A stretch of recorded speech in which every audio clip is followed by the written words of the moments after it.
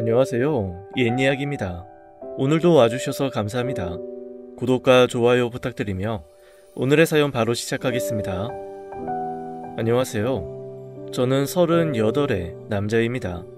생긴 것도 키도 평균인 길거리에서 흔히 볼 수 있는 평범한 대한민국 남성이에요. 다만 저에게 좀 특이한 것이 있다면 남들에게 쉽게 말하지 못하는 나만의 가슴 아픈 사연이 있다는 것이지요. 그리고 이 일로 저는 평생 씻을 수 없는 상처 받았기 때문에 웬만해서는 남에게 이 이야기를 잘 꺼내지 않아요. 하지만 한창 힘들 때 다른 분들의 사연을 많이 듣고 용기 얻었던 기억이 있어 그에 보답한다고 치고 제 이야기도 한번 공개해볼까 합니다. 제 이야기를 하려면 부모님 이야기부터 해야 할 것 같습니다. 제가 사회인으로서 나름대로 성공을 거둔 것은 다름 아닌 두 분의 애정과 지원이 있었기 때문이에요. 하지만 결코 저희 집이 부유했던 것은 아닙니다. 부모님은 제가 아주 어렸을 때부터 오랫동안 일을 해오셨지만 집안 형편이 넉넉했던 적은 한 번도 없었어요. 아버지는 공장 노동자였고 어머니는 시장 한 구석에서 자판해서 생선을 파셨으니 두 분이 힘을 합쳐도 수익은 늘 그저 그런 수준이었지요. 하지만 부모님은 그 와중에도 제 교육에는 신경을 많이 쓰셨습니다. 그 어려운 형편에 제가 원하는 학원도 보내주시고 독서실도 다니도록 해주셨어요. 우리 걱정은 말고 너 다니고 싶은 학원 있으면 언제든지 알려다오.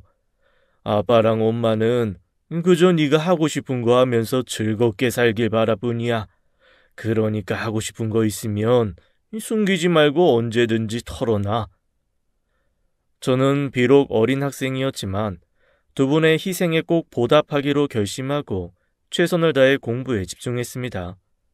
그 결과 저는 대학교 4학년 전학기 우수한 성적을 받아 전액 장학금으로 끝마칠 수 있었어요. 그뿐만이 아닙니다. 열심히 노력한 덕분에 학과장의 인정을 받고 학회장 추천으로 해외 대학에서 공부할 수 있는 기회도 얻었어요. 꽤 치열했던 경쟁률을 뚫고 당당히 얻어낸 유학이었지만 저는 마냥 기뻐할 수는 없었습니다. 학비는 지원되는 일부 장학금과 제가 그동안 모은 돈으로 해결할 수 있었지만 생활비까지 감당하기에는 무리였기 때문이에요. 한참을 고민하던 저는 부모님에게 이러한 사실을 털어놓고야 말았습니다. 하지만 부모님은 아주 흔쾌히 적금을 깨서 생활비를 대주겠다고 말씀하시며 걱정 없이 공부나 잘 하라면서 따뜻하게 격려를 해주셨지요. 막내, 네가 공부 잘해줘서 엄마랑 아빠가 얼마나 고마운지 몰라. 너는 우리 부부의 자부심이야. 냄새나는 생선 만진다고 엄마를 무시하던 시장 상인들도 네가 무슨 대학 다니는지 알고 나더니 다들 엄마 보고 부럽다고 난리야. 부모님은 모두 대학 문턱에도 가본 적이 없는 분들이었어요. 그래서 두 분에게는 제가 좋은 대학에서 장학금 받고 공부한다는 사실이 정말 크나큰 기쁨이 되었지요. 하지만 또 다른 이유도 있었습니다. 그건 바로 저보다 3살 많은 형 때문이기도 했어요. 어려운 가정 형편에 맞서고자 공부에 몰입했던 저와는 달리 형은 질이 나쁜 동네 친구들과 어울려 노는 것으로 사춘기 대부분을 보냈어요. 이때 형은 술과 담배에도 손을 대는 것은 물론이고 친구들과 적당하여 물건을 훔치고 다니기도 한 거예요. 형의 절도 행각은 시간이 지날수록 점점 대담해져서 결국에는 이로 인해 소년원에 갔다 와야 했습니다. 그래도 하늘이 도우신 건지 형은 30이 되던 해 결혼을 하더니 완전 새 사람이 되었지요.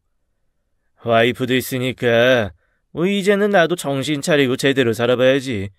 얼마 전에는 누가 일자리 소개시켜줘서 택배 기사 일을 하고 있는데 이게 생각보다 내 적성에 맞더라고. 운전도 재미있고 여기저기 다니는 것도 즐거워. 게다가 벌이도 꽤 괜찮아. 형의 결혼은 저에게도 긍정적인 자극이 되었습니다. 사람 좋은 형수님 만나서 형이 안정적인 가정을 꾸린 것을 보니 저도 어서 좋은 사람을 찾아서 결혼하고픈 생각이 물씬 들더군요.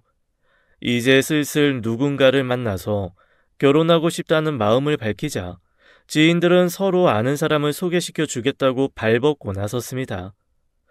지인들이 이토록 적극적으로 나선 것에는 나름의 이유가 있었어요.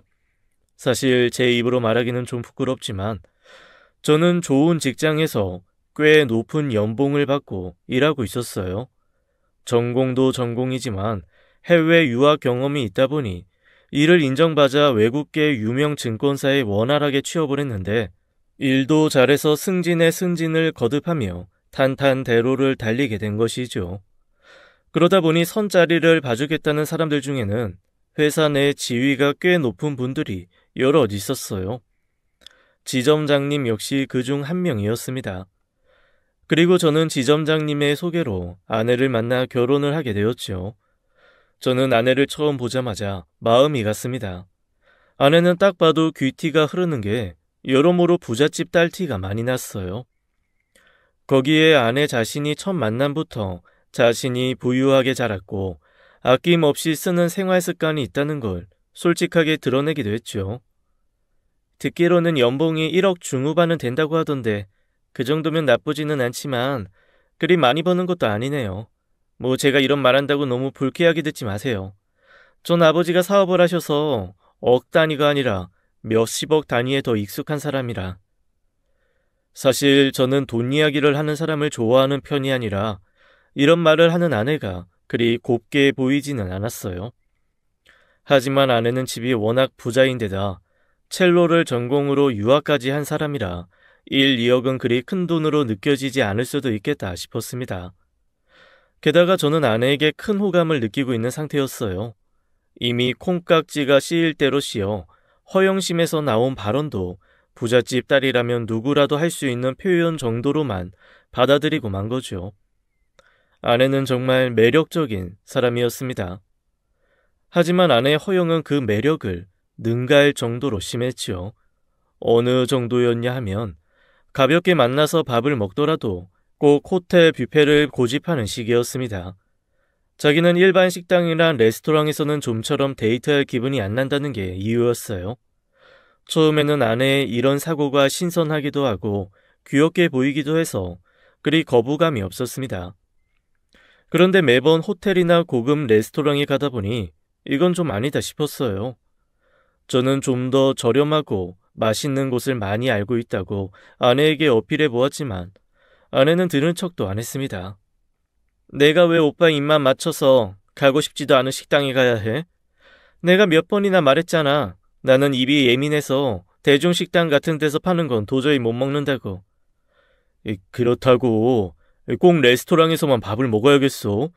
이런 데는 죄다 비싼 데다가 옷도 차려입고 가야 해서 불편해. 나도 한 번쯤은 편한 곳에 가서 편하게 밥 먹고 싶어. 호텔 말고 다른 곳에 가보자는 제 말에 아내는 오빠가 가고 싶은 편한 식당은 친구들이랑 가면 될 거 아니냐고 대꾸했어요. 결국 저는 두 손 두 발 다 들고 아내의 취향대로 맞춰줄 수밖에 없었죠. 하지만 저는 그래도 행복했습니다. 아내는 사치스럽기는 하지만 악한 사람은 아니었고 그리고 무엇보다 사랑스럽고 애교가 많았어요. 하지만 아내의 결혼 준비를 할 때는 역시나 고생을 많이 했습니다.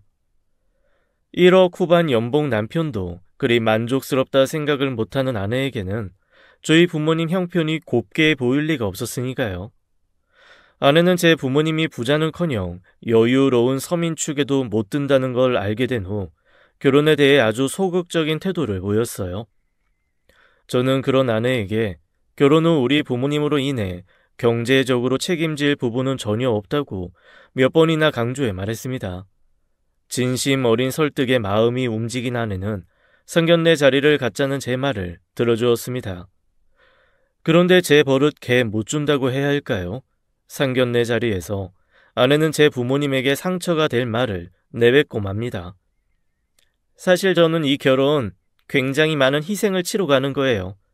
무슨 뜻인지 길게 설명 안 해도 아시죠? 두 집안 차이가 너무너무 심하게 차이 나잖아요. 저희 집안은 잘 나가는 중소기업 갖고 있는데 오빠는 조금 딱히 내세울 게 없잖아요. 아내의 이 말에 전 과연 내가 제대로 들은 게 맞나 하고 귀를 의심했습니다. 아무리 아내가 철없고 자기 생각을 쉽게 내뱉는 타입이라지만 해서는 안 될 말이 있으니까요. 저는 아내의 괘씸한 발언 때문에 점점 화가 났어요. 불쾌한 상견례를 마치고 부모님과 집에 들어오자마자 저는 이 결혼 없던 일로 할 거라고 선언했습니다. 그런데 부모님은 그런 저에게 진정하고 두 분 말씀을 좀 들어보라며 사정을 하시더군요. 그 아가씨가 하는 말이 아예 틀린 건 아니다. 일리가 있어. 우리 집안이랑 그쪽이랑 차이 많이 난 거 사실이다. 그리고 그 아가씨 너무 나쁘게 볼 것도 없어. 태어났을 때부터 부자로 자라와서 우리같이 평범한 사람하고 대화하는 법을 잘 모를 뿐이다. 아버지 말이 맞다. 모르는 건 가르쳐주며 살면 돼. 그러니 결혼을 없네만네 성급하게 굴지 말고 차분하게 잘 생각해봐라. 부모님의 말씀에 저는 괜히 머쓱해져 입을 다물어야 했습니다. 하지만 그래도 아내의 이번 언행은 그냥 넘어가면 안 될 것 같았어요. 저는 당장 아내에게 전화를 걸어 이 부분에 대해 따지고 사과를 받아내야겠다 결심했습니다. 그런데 제가 전화를 걸기도 전에 아내가 먼저 전화를 걸어오더군요. 저는 화난 티를 팍팍 내며 무뚝뚝하게 전화를 받았죠. 그런데 전화기 반대편에서 들려오는 목소리는 아내가 아니라 장인 어른이었습니다. 이렇게 불쑥 전화해서 미안합니다. 혹시 지금 잠시 통화할 시간 되시나요? 장인 어른은 참 좋은 사람이었습니다. 그분은 아들뻘인 제게 존대를 하며 깍듯이 예의를 지키셨지요. 저는 그게 괜히 죄송하고 부담스러워서 말씀 편하게 하시라고 했어요. 그러자 장인은 고맙네라고 대답하시고는 아내를 대신해 저와 제 부모님께 사과하고 싶으니 식사 초대에 꼭 응해달라고 사정을 하셨어요. 다음 날 저와 부모님은 근사한 항정식 전문점에서 장인을 다시 만났습니다. 장인은 갑작스러운 식사 초대에 답해 주셔서 감사하다며 정중하게 감사를 표하셨죠. 장인 어른은 식사하는 내내 제 부모님과 저를 살뜰히 챙겨주셨습니다. 제 부모님께는 아들을 너무 잘 키웠다며 나도 저런 아들 좋겠다며 칭찬을 많이 해주셨죠. 또 장인은 저같이 훌륭한 사람이 자기 딸과 결혼의 사위가 된다면 남 부러울 거 없이 든든하겠다고 덧붙였어요. 저는 저를 좋게 봐주시는 장인의 따뜻한 마음에 생각을 바꿨습니다. 아내와 결혼해서 잘 살아보기로 마음을 고쳐먹은 거죠. 32살이 되던 해 저는 아내와 결혼식을 올리고 부부의 인연을 맺었습니다. 하지만 아내와의 결혼은 결코 순탄하다고 표현할 만한 것이 아니었어요. 결혼 직후부터 삐걱거렸으니 할 말 다 했죠. 역시나 결혼 전부터 문제가 되었던 아내의 허영심과 사치가 문제였어요. 아내는 제가 얼마를 버는지 뻔히 알면서도 돈을 물쓰듯 써댔습니다. 부자 아버지로부터 아주 후한 용돈을 받아 쓰던 처녀적 시절처럼 카드를 마구 긁어대면서 말이에요. 저는 아내에게 거듭해서 제가 아무리 많이 벌어봤자 장인께 비하면 세 발의 피 수준이라 결혼 전처럼 소비하면 감당이 안 된다고 말을 했어요. 그런데 아내는 씀씀이를 지적할 때마다 있는 대로 짜증을 부렸죠. 또 이렇게 치사하게 나오네. 집에서 살림하는 사람이 밖에서 벌어온 돈 쓰는 게 그렇게 아까운가 보지? 살림이 무슨 애들 장난인 줄 알아? 얼마나 할 게 많고 스트레스도 많이 받는데. 소비 행태를 지적당한 아내는 오히려 저를 쪼잔한 남편이라며 비난했어요. 저는 아내의 어이없는 태도에 매번 적극적으로 항의했습니다. 살림이 얼마나 힘든지 충분히 이해하고 스트레스 받아 쇼핑하는 걸 반대하는 건 아니지만 적정선을 지켜서 돈을 써줬으면 좋겠다고 말을 했어요. 하지만 아내는 제가 자기를 생각 없는 애 취급한다며 방방 뛰며 화내기 일쑤였죠. 내가 언제 당신이 쇼핑하는 게 아깝다고 했어. 그냥 적당히 좀 쓰라고 한 거잖아. 그게 결국 쇼핑하지 말라는 말이잖아. 됐어. 더 이상 오빠랑 이야기하기 싫으니까 나한테 말 걸지 마. 결혼 생활 동안 아내의 소비 문제로 몇 번을 싸웠는지 저는 알지 못합니다. 정말 수도 없이 많이 싸웠던 것 같아요. 아내는 정말 대단했습니다. 아무리 어르고 달래고 화를 내도 좀처럼 말을 듣지 않았어요. 그러다가 나중에는 말다툼을 하고 나면 친정으로 도망을 가곤 했는데 그때마다 장인이 아내를 달랜 후 집으로 차를 몰고 데려와 주시곤 했습니다. 장인은 아내를 집에 데려다 줄 때마다 저에게 단둘이 저녁이라도 먹으며 이야기를 하자고 청하셨어요. 그리고 제게 딸을 대신해 사과하고 싶다고 또 저에게 너무 고맙다고 말씀을 하셨죠. 내가 자네 볼 때마다 미안하다고 고맙다고 말하는 것 같아서 부끄럽네. 하지만 그냥 하는 말이 아니야. 나는 자네가 내 사위인 게 정말 하늘에 감사한 마음이야. 그런 장인 어른을 볼 때마다 저는 너무 미안한 마음이 들었어요. 저에게 한없이 잘해주시는 장인에게 실망을 안겨드리는 기분이 들었기 때문이에요. 저는 그분을 본받아 마음을 좀 더 넓게 가져보기로 했습니다. 아내가 익숙해져 버린 예전의 소비 습관에서 벗어날 때까지는 어느 정도 시간이 걸리니 인내심을 가지고 기다려주기로 한 거죠. 이렇게 제가 좀 더 관대한 남편이 되기로 결심한 후 얼마 지나지 않았을 때였어요. 여느 때처럼 저와 만나 저녁을 먹는 장인의 얼굴에 여태 보지 못한 어두운 그늘이 져 있는 거예요. 저는 걱정이 되어 무슨 일이 있으신 건지 여쭈었습니다. 그러자 장인은 별일 아니다. 신경 쓰지 않아도 된다고 하셨어요. 하지만 그 후 만난 장인은 더 침울하고 우울해 보였습니다. 나중에는 억지로 웃을 힘도 없어 보였어요. 만날 때마다 저는 무슨 사정인지 알고 싶어 했지만 장인은 입을 꼭 다문 채 아무것도 알려주려고 하지 않았습니다. 저는 지금도 이런 생각을 자주 해요. 그때 장인을 추궁해서라도 이유를 밝혀냈다면 장인을 구할 수 있었을까 하고요. 하지만 지나간 일은 지나간 일이에요. 돌이킬 수가 없죠.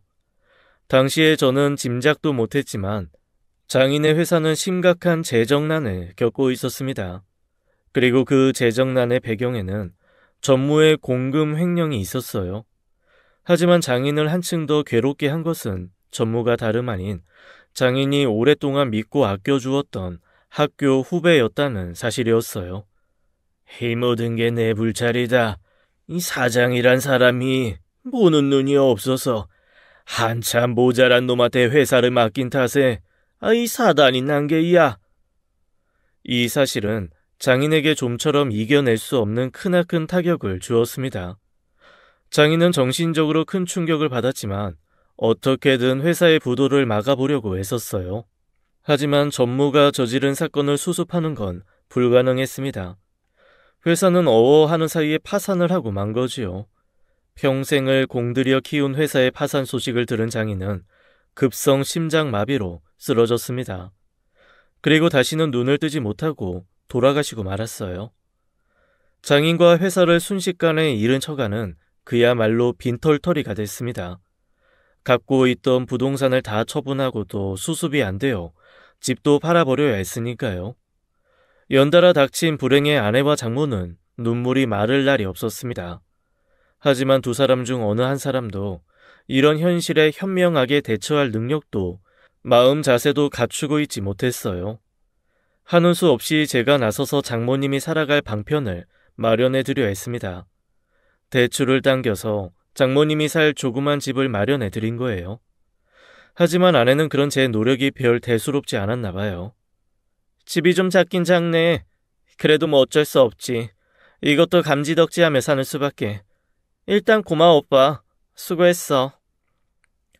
성의 없이 던지는 아내의 고맙단 말에도 저는 전혀 섭섭하지 않았습니다. 원래 고맙다는 표현에 인색한 사람인데다가 상황이 상황인지라 따뜻한 감사의 인사는 차마 마음에서 안 우러나오겠지 싶어서요. 그리고 무엇보다 이 일로 아내가 사치를 포기한 것이 저에게 있어서는 큰 소득이었어요. 저는 티내지 않았지만 아내의 이러한 변화에 내심 크게 놀랐어요. 평생이 가도 아내가 낭비하는 습관을 버리지 못하면 어쩌나 노심초사했는데 다 부질없는 걱정이었구나 싶었습니다. 하지만 그로부터 한두 달이 지나자 아내는 본래의 사치스러운 본성으로 돌아가더군요. 그래도 달라진 것이 있다면 예전보다 훨씬 더 뻔뻔해졌다는 점입니다. 제가 터무니없는 카드값 명세서를 들이밀 때마다 아내는 무능력이라는 단어를 써가며 저를 거칠게 비난했어요. 와이프 쇼핑도 제대로 못하게 해줄 거면서 무슨 자신감으로 행복하게 해주겠다고 하셨을까? 능력이 안 되면 애초에 결혼 같은 거 하지 말았어야지. 카드값 때문에 추궁을 당할 때마다 아내는 상처 돋는 말을 동원해 공격했죠. 그럴 때 보면 아내는 세상에서 가장 잔인한 사람같이 느껴졌어요. 어떤 말을 해야 제가 가장 상처받을지 본능적으로 아는 것 같았습니다. 저는 아내의 잔혹한 말에 주로 침묵으로 대응했습니다. 하지만 그 방법은 그다지 효과적인 방어법은 아니었지요. 아내는 제가 무능력하다고 비난을 해도 신경을 쓰지 않는다는 것을 알자 급기야 제 집안 사정을 들쑤시고 나섰어요. 그리고 그게 저를 도발하는 데 아주 효과적이라는 것을 금세 증명해내고 말았죠. 부모님 이야기하지 말라고 했잖아. 장인어른 회사 망한 게 왜 우리 부모님 탓인 것처럼 이야기가 전개되냐고. 오빠네 부모님이 좀 사셨어봐. 아빠 회사가 그렇게 맥없이 넘어갔겠냐고. 우리 아빠 살아계실 때 오빠 이것저것 많이 챙겨주셨잖아. 그런데 시어머니랑 시아버지는 나한테 뭘 해주셨는데 뭘 해주셨냐고. 처가가 망한 후 안 그래도 예민한 아내는 그나마 남아있던 인성마저 바닥이 난 듯했습니다. 머릿속에 떠오르는 대로 말을 뱉는 버릇이 더 고약해져 처가의 실패에 대한 책임이 마치 저와 제 부모님에게 있는 것처럼 당당히 따지고 들었어요. 저는 장인의 갑작스러운 죽음으로 아내가 견뎌야 했던 고통을 우선으로 생각해 아내의 웬만한 히스테리는 참고 넘어갔습니다. 그래도 제 부모님을 들먹이는 것만은 결코 참을 수 없었죠. 전 아내에게 시부모에 대한 최소한의 존중을 지키라고 단호하게 말했습니다. 더 이상 선을 넘으면 가만히 있지 않겠다며 무서운 말투로 경고하기도 했어요.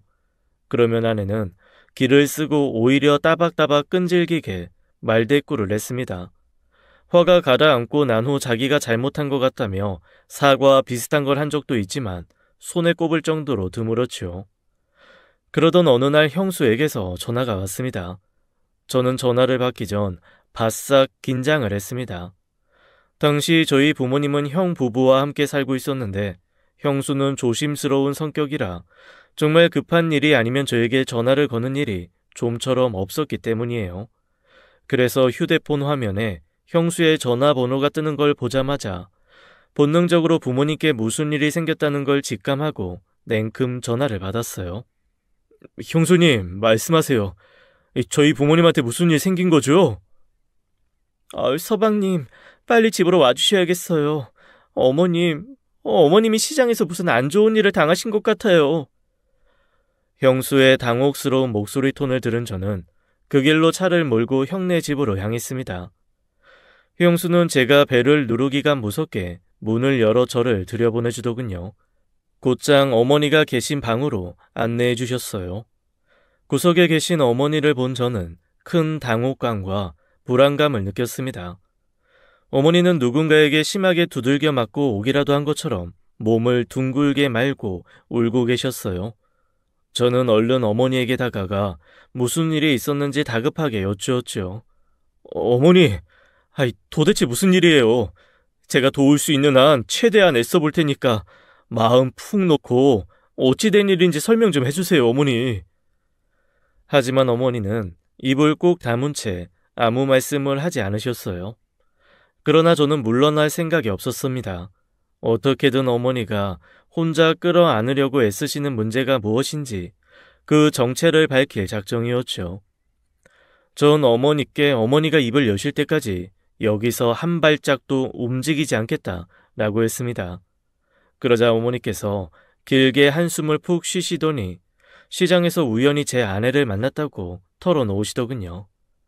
며느라가 세상에 나를 모르는 사람 취급하는 것도 모자라 정신 나간 여자라고 하더라.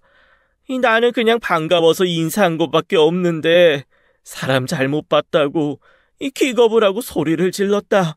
무슨 더러운 벌레 보듯이 나를 그렇게 쳐다보고 냄새 난다고 저리 가라고 했다.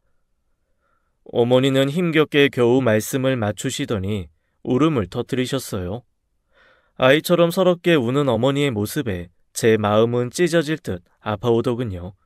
그리고 그 아픔은 곧 주체할 수 없는 분노로 바뀌었습니다. 저는 당장 집으로 달려가 아내를 대면했습니다. 머리끝까지 화가 나 크게 소리를 지르며 따질 수밖에 없었어요. 그런데 아내는 제가 그렇게 화를 내는데도 별로 개의치 않는 듯 했습니다. 아내가 시장에 간 것은 순전히 친구를 따라간 것이며 그 시장이 하필 어머니가 일하는 곳이라는 건 꿈에도 생각을 못했다고 했어요. 그러면서 하는 말이 다른 때였으면 인사를 받아줬을 텐데 옆에 친구가 있어서 도무지 아는 척을 할 수 없는 상황이었다고 했어요. 어머니가 생선 대가리를 마구 내려치다가 자기가 지나가는 걸 보고 아는 척을 했는데 차마 그 사람이 자기 시어머니라고 인정할 수가 없었다며 말이에요. 두 눈을 동그랗게 뜨고 자기 입장을 이해해달라며 요구하는 아내에게 저는 이루 말할 수 없는 혐오를 느꼈습니다. 그래, 갈라서자. 더 이상 안 되겠어. 어차피 아이도 없잖아. 더 늦기 전에 이혼해버리자. 아내와의 이혼을 처음 결심한 그날, 저는 부모님을 먼저 찾아 제 생각을 솔직히 밝혔습니다. 같은 집에서 지내지만 제게 늘 비판적이고 사치만 부렸던 아내보다는 떨어져 살아도 따뜻한 지지와 격려를 보내줬던 부모님이 제 진정한 가족이다 싶어서였죠. 하지만 제가 이혼이라는 말을 꺼내는 순간 아버지 어머니 모두 펄쩍 뛰며 안 된다고 하셨어요. 당신들 때문에 자식 인생에 이혼이라는 오점이 남는 건 결코 원치 않는다며 말이에요. 그러면서 저나 아내가 부모님 뵈러 오지도 않고 남처럼 살아도 좋으니 둘이서 잘 살기만을 바란다고 하시더군요. 저는 어안이 벙벙해져 아무 말 없이 그저 앉아만 있었습니다. 너무나 진지하고 순수한 표정을 하고 저를 뚫어져라 바라보는 부모님께 제발 그런 말도 안 되는 요구는 하지 마세요. 같은 대사는 도저히 뱉을 수가 없었어요. 답답하긴 형이나 형수도 마찬가지인 듯 했습니다. 특히 형은 얼마나 화가 났는지 시뻘건 얼굴이 일그러질 대로 일그러져 있었어요. 하지만 끝내 화를 표현하지는 않았습니다. 형 역시 저처럼 부모님을 생각해 억지로 화를 참기로 결심한 거죠. 저는 이혼 생각은 접기로 했습니다. 평생 자식만 보고 살아온 부모님 가슴에 제 손으로 상처를 낼 수는 없었으니까요. 그날 이후 저는 아내를 없는 사람 취급하면서 살았습니다. 그렇게 3달이 흘러 추석을 바라보고 있을 때였어요. 아무리 그래도 명절에는 아내와 함께 부모님을 뵙는 게 낫겠다 싶어서 제 쪽에서 먼저 고개를 숙이고 아내에게 친근하게 말을 걸었습니다. 나 몸 안 좋다고 했잖아. 오빠 혼자 갔다 와. 그리고 어머님이랑 아버님도 그걸 더 반기실 것 같은데? 두 분이 진짜 보고 싶어하는 건 자식인 오빠지 내가 아니잖아. 아내의 말에 저는 나지막히 탄성을 뱉어내고 말았어요. 어쩜 이렇게 어김없이 생각 없는 말만 하는지 신기하기까지 하더군요. 명절 당일 아내에게 생각이 바뀌었냐고 물었지만 아내는 역시나 묵묵부답이었습니다. 저는 이만하면 할 만큼 했다고 생각하고 혼자서 형네 집으로 향했어요. 그런데 형의 집에 발을 들여놓자마자 부모님은 저와 형 부부를 부르더니 잠시 앉아보라고 하셨습니다. 중대 발표가 있다면서요. 그렇게 말을 하신 부모님은 잠시 아무 말씀 않고 뜸을 들이셨습니다. 형과 형수, 저는 도대체 무슨 말씀을 하시려나 싶어 두 분의 얼굴만 빤히 바라보고 있었어요. 그런데 그때 아버지 눈에서 눈물이 한 줄기 쭈룩하고 흘러내렸습니다. 그네야, 이 지난 10년간 정말 애썼다. 우리 다 알고 있어. 제 마누라만 챙겨도 될 것을 이 부모까지 먹여 살리느라 택배 외 대리운전까지 하며 이 한 몸으로 2사람 목이란 거 옆에서 다 지켜봤다. 그리고 아가, 너도 고생 많았다. 시부모 모시고 사느라 네가 정말 고생했어. 아버지는 눈물을 훔치시더니 형과 형수의 손을 꼭 잡고 거듭 고맙다고 인사를 하셨죠. 아버지가 어찌나 진지하게 인사를 하시는지 내 가족의 눈시울이 금세 빨개지고 말았죠. 애써 눈물을 찾던 넷 중 가장 먼저 눈물을 흘린 것은 어머니였습니다.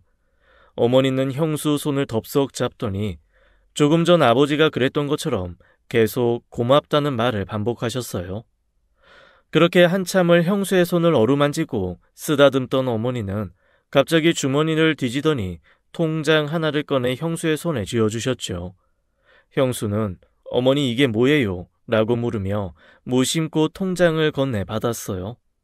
어머니는 형수의 질문에 빙긋 웃더니 이렇게 대답하셨어요. 그 안에 10억 들었다. 그건 아가 너랑 네 남편 몫이야. 지 친부모처럼 시부모 극진이 모신 네가 예뻐서 네 시아버지랑 내가 너 주려고 차곡차곡 모아온 거니까 아무쪼록 잘 써주길 바란다. 네? 10억이요? 어머니의 말에 깜짝 놀란 형수는 후다닥 통장을 펼쳐 살펴보더니 토끼처럼 두 눈을 동그랗게 떴습니다. 그리고는 할 말은 있는데 단어 생각이 안 나 당황한 사람처럼 한참을 업어마셨죠. 아버지는 그런 형수가 귀여우셨는지 너털 웃음을 허허 터뜨리셨어요. 어머니 역시 호호호 하고 기분 좋게 웃으시면서 형수에게 그 돈으로 집도 구하고 조그만 식당도 내보라고 다정하게 말씀하셨죠. 식당이라는 말에 형수는 갑자기 얼이 빠진 듯이 멍하니 있었습니다. 저 역시 식당이라는 말에 깜짝 놀라고 말았어요. 가족 중에 형수의 오랜 바람이 식당을 내는 것이라는 걸 모르는 사람은 아무도 없었어요. 요리하는 것을 좋아하는 데다 손맛까지 좋은 형수에게 식당 사장이라는 직함은 그야말로 천직이나 다름없었습니다. 하지만 사람 좋고 착한 형수는 늘 남편과 시부모님을 먼저 챙기느라 자신의 꿈은 뒷전으로 미뤄둬야 했어요. 그런 형수의 마음을 제 부모님이 몰랐을 리가 없었습니다. 떨어져 사는 제가 알 정도였으니 한 집에 같이 사는 두 분은 오죽했을까요? 저는 형과 형수를 애정을 듬뿍 담은 시선으로 바라보는 부모님을 보면서 두 분은 아마 아주 오래전부터 형과 형수에게 돈을 내어주고 싶었던 게 아닐까 했습니다. 10억이 든 통장을 마치 10만 원처럼 선뜻 내어주시고 흐뭇해하시는 두 분을 보니 왠지 그런 생각이 들더군요. 한없이 여유로운 두 분과 달리 형과 형수는 즐겁을 하며 펄쩍 뛰었습니다. 그리고 손사래를 열심히 쳐가면서 이 돈은 절대 받을 수 없다고 극구 사양했어요. 아버님 그리고 어머님, 제가 두 분 모신 건 그냥 제가 그러고 싶어서 그런 거였어요. 두 분이 제 친부모님은 아니시지만 일단 제 남편을 낳아주신 고마운 분이잖아요. 그리고 아버님이랑 어머님이 저를 얼마나 친딸처럼 아껴주셨는데요. 그것만으로도 감사한데 돈을 다 주시다뇨. 그것도 한두 푼도 아니고 10억이나. 저는요, 이렇게 큰 돈은 도저히 못 받겠어요. 하지만 아버지는 끝까지 그 돈은 형과 형수 거라고 우기셨습니다. 두 분 모시고 사느라 신혼도 제대로 즐기지 못한 착한 형수와 형 부부가 보상을 받아야 하지 않겠느냐고 말씀을 하셨죠. 아버지는 그렇게 말씀을 하시더니 제게 고개를 돌려 미안하다고 사과를 하셨어요. 저를 위해 따로 챙긴 게 없다며 양해를 구하고 싶다고 덧붙이시면서요. 그리고 살포시 한 가지 더 밝힐 게 있는데 그로 인해 저의 섭섭함이나 미움을 사는 일이 없었으면 좋겠다고 조심스럽게 말씀을 하셨죠.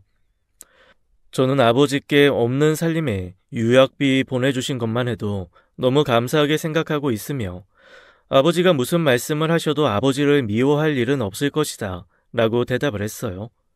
아버지는 제 말을 듣고 안심한 표정을 지으시더니 모두가 깜짝 놀랄 고백을 하셨어요. 그건 다름 아닌 아버지와 어머니 보유 재산이 꽤 된다는 거였습니다. 아주 오래전부터 버는 돈을 족족 부동산에 투자했는데 한 10년 전에 소위 말하는 대박이 나서 지금은 자산이 수십억에 달한다고 털어놓으셨죠. 우리가 너희를 못 믿어서 이런 사실 숨긴 거 아니야. 다만 갑자기 부자 된 사람들이 정신 못 차리고 돈을 마구 써대다가 망한 경우를 숱하게 봐와서 조심스러웠을 뿐이다. 특히나 자식 많친 사람이 정말 많더구나. 아버지는 당신께서 소위 말하는 부자 축에 속한다는 사실을 숨긴 것이 굉장히 미안한 모양이었습니다. 하지만 형과 형수는 그게 부모님이 우리에게 사과할 이유는 아니라고 거듭 말씀드렸어요.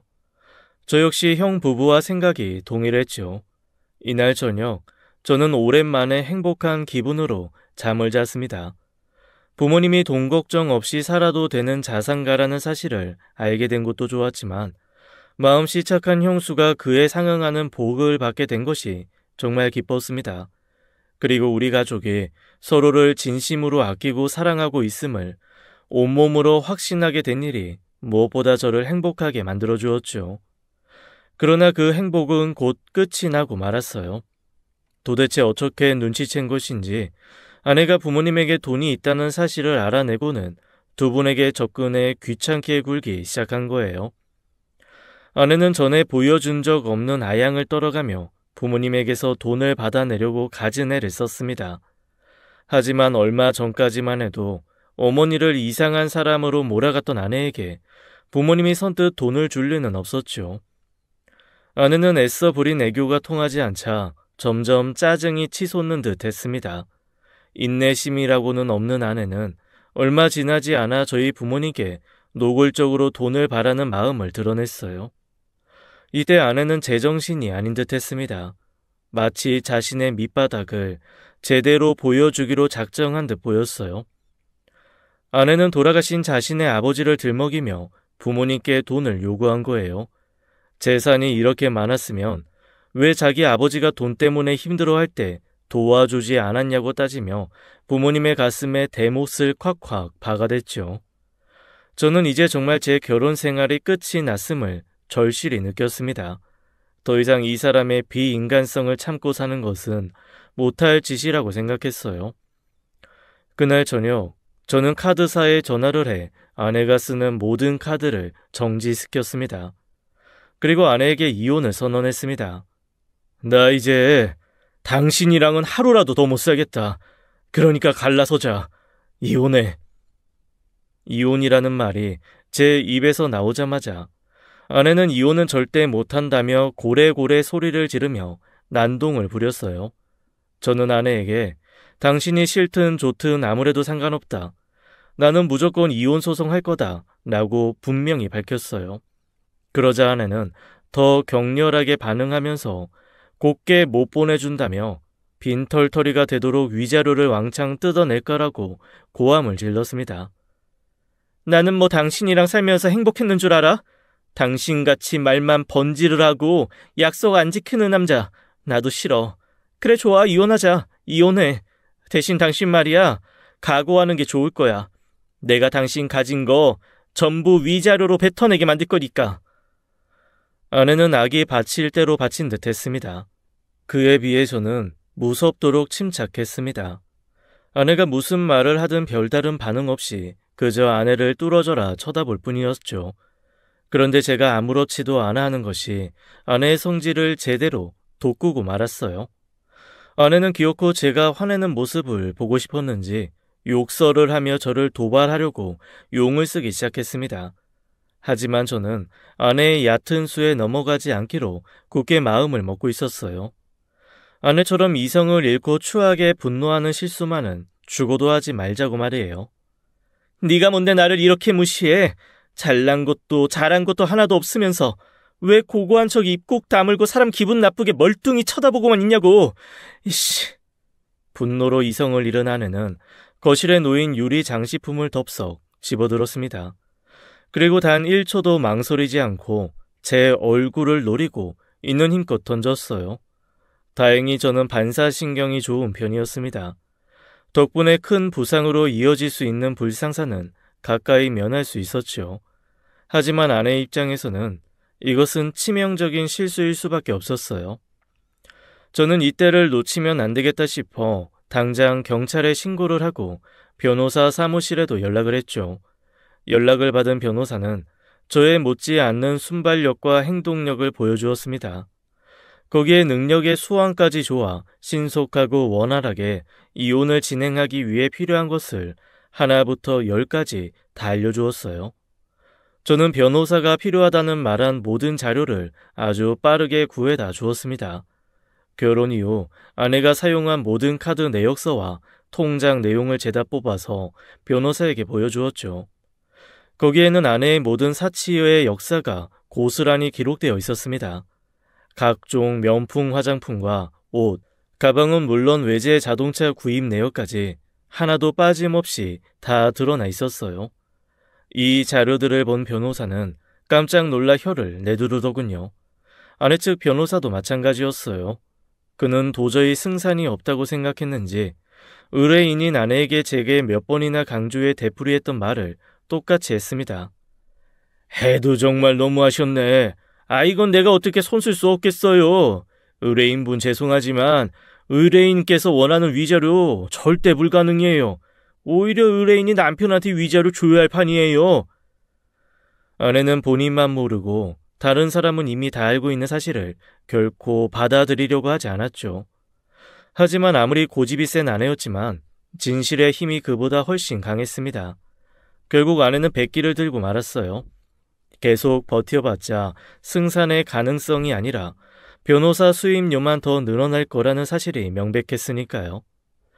저는 아내를 상대로 위자료 청구 소송에서 이길 승산이 충분히 있다는 것을 알았지만 소송을 진행할 생각은 없었습니다.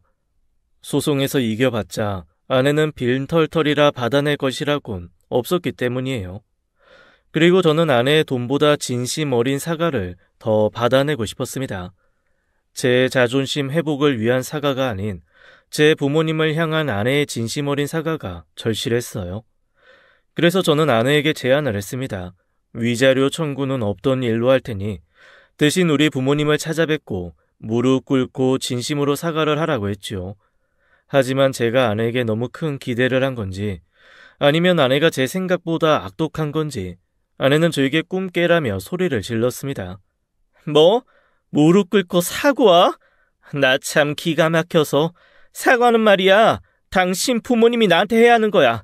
돈이 차고 넘치도록 많았으면서 사돈 회사 돈 없어서 망해갈 때 입 싹 닫고 모른 척 했잖아. 재밌네 당신. 장모님이 살고 계신 집 누구 대출로 생긴 건지 굳이 내 입으로 말해줘야 기억하겠어? 끝까지 도끼 어린 말을 하는 아내에게 저는 장모가 처한 처지를 상기하는 말을 했습니다. 스스로 조금 비겁하다고 느끼긴 했지만 아내의 입을 다물게 할 방법은 이것 말고는 딱히 생각나지 않았기 때문이에요. 하지만 이 방법의 효과는 즉각적이었습니다. 아내는 즉각 꼬리를 내리고 장모가 사는 집 대출금은 빼지 말아달라고 부탁했어요. 그리고는 바로 제 부모님을 찾아뵙고 제대로 사과를 하겠다고 말하더군요. 비록 얼굴은 불그락 푸르락 화를 억지로 참는 것이 뻔히 보였지만 말이에요. 저는 아내에게 부모님 찾아뵙고 사과할 때는 화난 티 일체 내지 말고 표정 관리 잘하라고 단단히 일러두었습니다. 만약 표정 관리 제대로 못했다가 부모님이 불편해하시면 사과는 안 한 걸로 치겠다고 말이에요. 아내는 제 말에 발끈했지만 자기 처지를 깨닫고는 이내 두 입술을 단단히 다물었습니다. 저는 그런 아내를 보며 속으로 고소했어요. 평소 같았으면 벌써 욕을 뱉었을 아내인데 제 성질을 참아내야 하는 모습이 꽤 볼만했지요. 결국 아내는 제가 원하는 날에 맞춰 제 부모님을 찾아뵙고 다소 곧한 태도로 아주 정중하게 사과를 올렸습니다. 제가 시킨 대로 무릎도 꿇어가며 말이에요. 아버님, 어머님, 그동안 안녕하셨나요? 다름이 아니라 지금까지 제가 저지른 모든 무례한 행동과 발언에 대해 사과드리러 왔어요. 부디 너그러운 마음으로 제 사과를 받아주신다면 더 바랄 게 없겠네요. 저는 아내의 옆에 딱 붙어서 아내의 행동을 처음부터 끝까지 주시했습니다. 아내가 돌변해서 행패라도 부리지 않을까 긴장이 됐거든요. 다행히 아내는 그나마 자신에게 주어진 마지막 기회를 한순간에 성질을 부려 날려버리는 실수는 저지르진 않았습니다. 제 부모님에게 마지막 인사를 올리고 문을 나서는 순간까지 예의 바르게 울었어요. 그 예의가 비록 뼛속까지 억지로 꾸며낸 가식이었지만 일단 저는 아내가 사과를 했다는데 만족하기로 했습니다. 엎드려 절 받기에 불과했지만 아내가 무릎 꿇은 채 고개 숙여 사과할 때는 사실 속이 뻥 뚫린 듯 후련했거든요. 아내의 사과 이후 제 인생은 막힌 돌이 빠진 덕에 다시 콸콸 흐르는 시냇물처럼 시원하게 흘러갔습니다. 일단 이혼이 아주 신속하고 원활하게 진행되었어요. 소송에서 승소한 덕에 변호사 비용은 모두 아내 측에서 부담하는 것으로 결정이 났고, 더 이상 아내가 저나 제 가족들을 찾아와 괴롭히지 않겠다는 각서도 받아냈습니다. 말끔한 이혼과 동시에 자유의 몸이 된 저는 매일을 새로운 기분으로 맞이하며 살고 있어요. 자신을 괴롭게 만드는 사람이 없이 산다는 게 얼마나 좋은지 매 순간 살아있음을 감사하게끔 만들어주더군요. 하지만 인생의 충만함은 정직하게 사는 사람에게만 주어지는 것인 듯 했습니다. 제가 매일 감사하며 사는 반면 아내는 이혼 후 아주 쪼달리는 모양이었습니다. 갈 곳도 없는 처지라 장모님 댁에 들어가 사는데 한 달에 100만 원 버는 게 다라고 지인이 지나가는 말로 알려주었거든요. 그 이야기를 들으니 이제 아내 인생에 사치스러운 쇼핑은 더는 없겠다 싶었습니다. 더는 신상 명품백 볼 일도 없겠죠. 참, 아내가 원래 가지고 있던 명품백은 제가 모조리 압수했습니다. 위자료 명목으로 아내가 몰던 외제차 반납 요구할 때 제 돈으로 산 건 모두 다 내놓으라고 했거든요. 아내에게서 뺏은 명품백과 외제차는 괜찮은 값을 부르는 사람에게 넘기고 현금으로 바꿨어요. 어찌나 산 게 많은지 원래 물건 값에 비해 훨씬 낮은 값을 받았는데도 꽤 많은 돈을 챙기게 되었네요. 이야기는 여기까지예요. 아내와 헤어지고 나서는 별탈 없이 평온한 일상이라 더 말씀드릴 것이 없으니까요. 길다면 길고 짧다면 짧은 제 이야기 끝까지 들어주셔서 감사합니다. 그다지 자랑할 만한 이야기는 아니지만 힘든 일을 겪고 계실 누군가가 저로 인해 용기를 얻었다면 정말 좋겠네요. 그럼 저는 이만 여기서 이야기 마무리해보도록 하겠습니다. 다들 안녕히 계세요. 지금까지 옛 이야기였습니다. 끝까지 함께 해주신 여러분 감사드리며 저희는 다음 사연으로 돌아올게요. 감사합니다.